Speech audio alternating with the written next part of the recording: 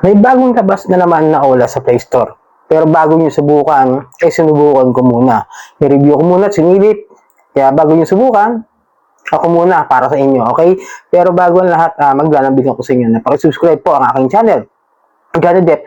At kung nakatulong sa inyo ang video ito, malaking tulong din po ang inyong pag-like, malaking tulong din po ang pag-share. At para updated po kayo sa mga honest OLA reviews, ay pakihit lang po ang ating notification bell para sa mga updated sa mga reviews natin sa kung ano yung magiging expectations natin sa pagsilip dito sa mga online apps.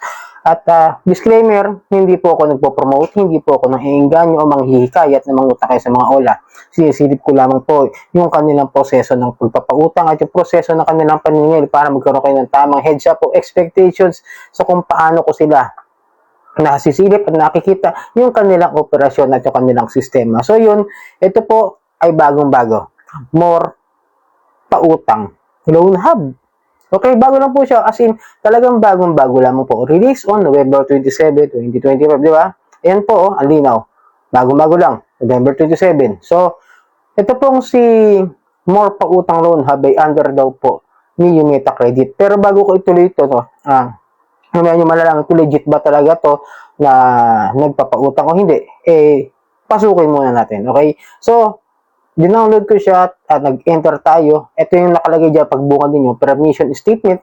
Siyempre, continue. Yung location, permission, ang dami siyang kinukuha. Ayan, privacy protection. Ewan ko kung para saan ba yung mga ganyan nila, no? Sa dami ng mga ang dami laging kinukuha para raw dahil sa know your client's policy, okay? And then, pagpasok natin para magkaroon tayo ng credit limit, nagbibigay daw siya ng loan amount na hanggang 60,000 pesos. Okay? At regulated and certified pa daw siya ng BSP and SEC, ensuring safer financial transactions for you. Okay? Pasok na tayo.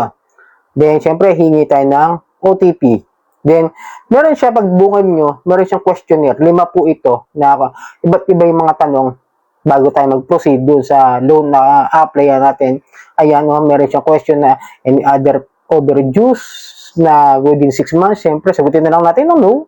At kung magkano rin yung internet loan, something like that. Kung ano-ano mga question, something. Basta yung mga involved yung credit card or something na ano. And then, dumiretso sa authentication dahil nagbigay ako ng aking ID. At ang binigay ko po ay yung aking UMID. Then, yan, information confirmation. Kasi after nung questionnaire is authentication agad nung ID at saka nung aking face recognition. Okay? Siyempre, confirm lang natin yan. Tapos, yung employment status. Pakita ko sa inyo, lagi ko niyagamit yung unemployed dahil susubukan ko siya kung talaga siya nagpapautang kahit sa mga walang trabaho o sa mga nag-retire o sa mga estudyante. Ayan po. At yung industry niya is, wala akong makita kasi siyempre, dapat nakalagay doon is, kumbaga parang housewife or just own company, mga ganun something. Pero ginamit nila yung profit basis. Ayan, confirm. Tapos, yung emergency contact niya, mga kadyani, no? Medyo ayaw niyang mag-contact doon sa phone contact. Yung ikakopy, ayaw niya eh. Ang nahirapan ako rito sa emergency contacts, dalawa lang naman. Kaya ang ginawa ko is nag-manual na lang ako nung medyo na-jahi ako rito, medyo natagalan ako sa emergency contacts nila. Ayun, ginawa ko, manual ko na lang siya. And then, nag-proceed naman po siya after that. Tapos ito biglang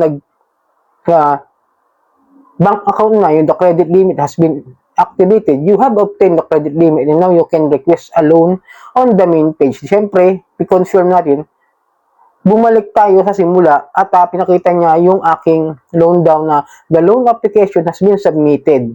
You have request one product, the total amount is 2,000. Automatic 2,000, wala man lang akong pagpipilian. Parang gusto niya sabihin na wala kang pagpipiliang uutangin nga hindi 500, 1,000, hindi 3,000, doon lang sa 2,000. Kaya nagulat ako, bago siya pero familiar yung isang OLA na nasa loob nitong online loan app na ito, si Quick Tesa. Okay, baka nagkakaroon na kayo ng ideya kung anong OLA ito, okay?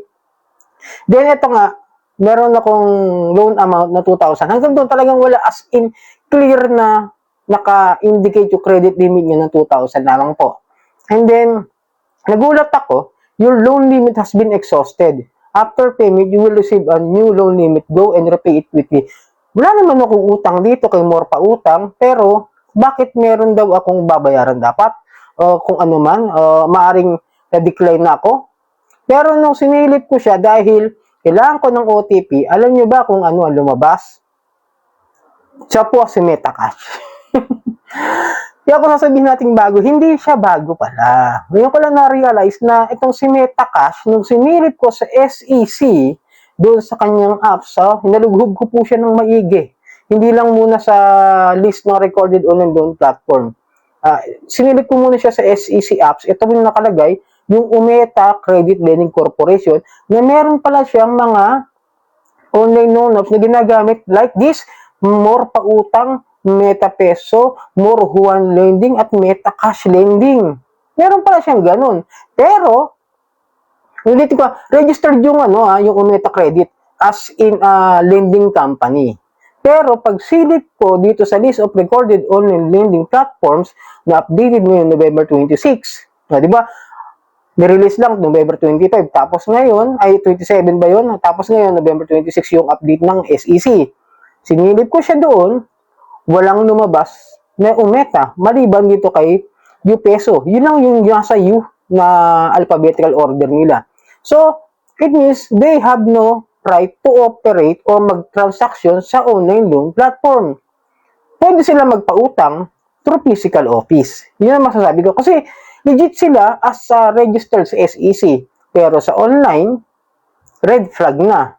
Ibig sabihin, they don't have the rights na pautang, mag-process, mag-alok, through online. Yun yung sinasabi ko sa inyo na maging maingat bago kayo pumasok dito. Diba? Akala nyo bago, yung pala, Metacash lang pala siya.